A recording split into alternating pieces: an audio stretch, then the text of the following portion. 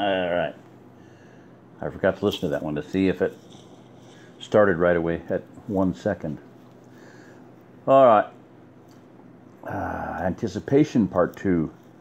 John looked at the clock on the desk, then walked over and turned on the radio.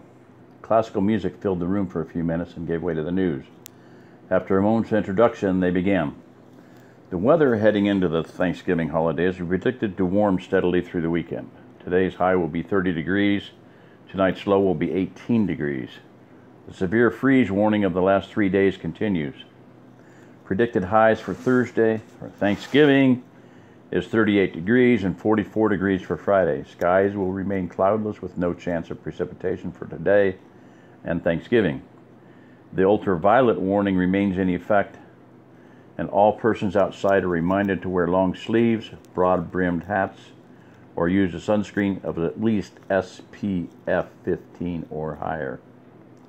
In local news, Gainesville Regional Utilities reports a steadily improving flow of coal deliveries to its Deer Haven plant, which will enable them to create the daily electricity ration to 12 hours a day, increase the daily electricity ration to 12 hours a day for most areas. A spokesman for the utility stated that if deliveries continue to increase at their present rate, that 24-hour electricity availability should arrive by Christmas. Utility authorities remind all consumers that the 68-degree heating maximum ordinance is still in effect, and that anyone found to be using electrically dependent heating at temperatures in excess of 68 degrees will be fined. Fines increase steeply with repeated offenses. Exemptions for reasons of medical necessity may be obtained at the Gainesville City Hall or the Alachua County Commission offices. The Feed the Hungry Coalition of the Salvation Army, United Way, and local area churches will be holding a Thanksgiving dinner tomorrow at 2 p.m. at the Alachua County Fairgrounds and at Florida Field on the university campus. All who are in need and hungry this holiday are invited to attend. Donations of food, clothing, blankets, or cash will be gladly accepted. In Tallahassee, Governor Jeb Bush released a statement today authorizing counties to institute public executions of condemned felons at the discretion of local county commissions. He is quoted as saying, "The wave of violence and lawlessness that has afflicted our great state since the impact must be stopped. Let all who are considering preying upon their fellow man take heed if they want to keep their neck out of a noose. The people of Florida will not tolerate being victimized any longer. A motion to institute the practice here in Alachua County is expected at the County Commission meeting on Monday, December 2nd. Several groups in favor of and against public executions are expected to be in force at the meeting. Classic 88 will be providing live coverage. On the national scene, President George Bush signed the dollar revaluation bill into law this morning in a ceremony in the new presidential office in Denver. Starting Monday, December 2nd, all U.S. paper currency issued before August 1st must be surrendered at any bank or other qualified institution. In exchange, new U.S. dollars will be issued at an exchange rate of 10 to 1 and backed by the full faith and credit of the U.S. government." Okay.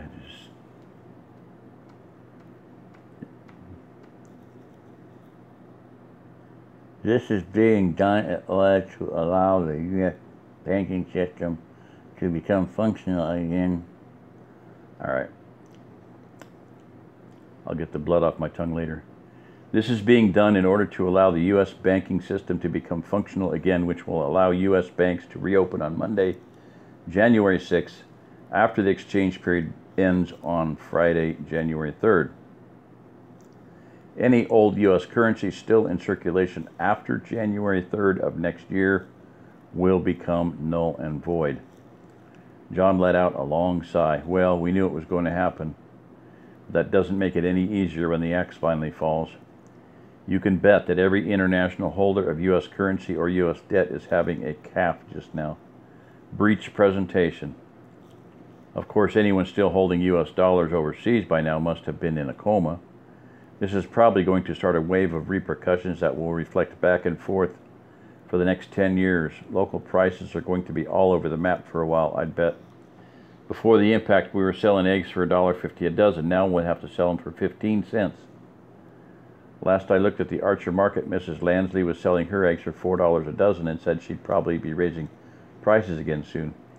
I wonder how she'll price them come January. Robert took a deep sip of the coffee that Brittany had just brought him. Well, they had to do something.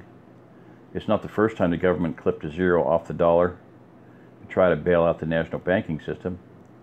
I haven't had a Social Security check come since impact. There's got to be... Brittany. Oh, figure it out later.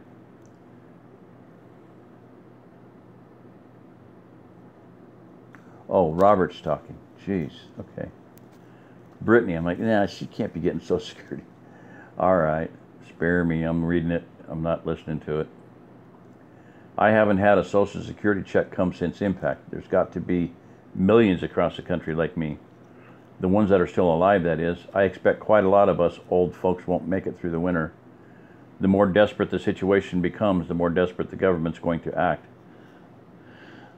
And then back to the news. Rioting in the major cities of Brazil is still widespread after last week's military coup. In spite of repeated attempts to restore order by the Brazilian army, rioters still control major parts of Brasilia, Sao Paulo, and Rio de Janeiro, with the entire nation being in a state of martial law.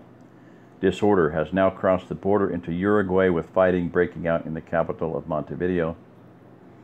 In a statement today by Defense Secretary Rumsfeld, it was announced that the last of the U.S. troops and supplies in Saudi Arabia have been removed from the increasingly fundamentalist Islamic oil-rich nation.